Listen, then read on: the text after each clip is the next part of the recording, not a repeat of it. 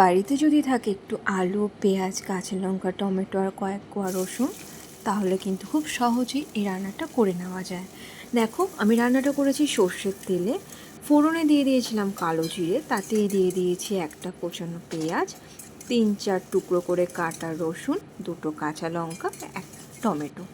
ভালো করে ফ্রাই করে কিউব কিউব করে কেটে রাখা আলুগুলো আমি দিয়ে দিয়েছি পরিমাণ মতন হলুদ গুঁড়ো, কাশ্মীরি রেড চিলি পাউডার আর স্বাদ মতন লবণ।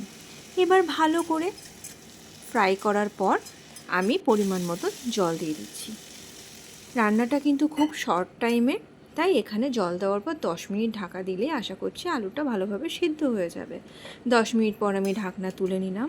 আলুর তরকারি একদম ভালোভাবে তৈরি হয়ে গেছে। এটা কিন্তু গরম ভাত বা রুটির সাথে খুব ভালো লাগে।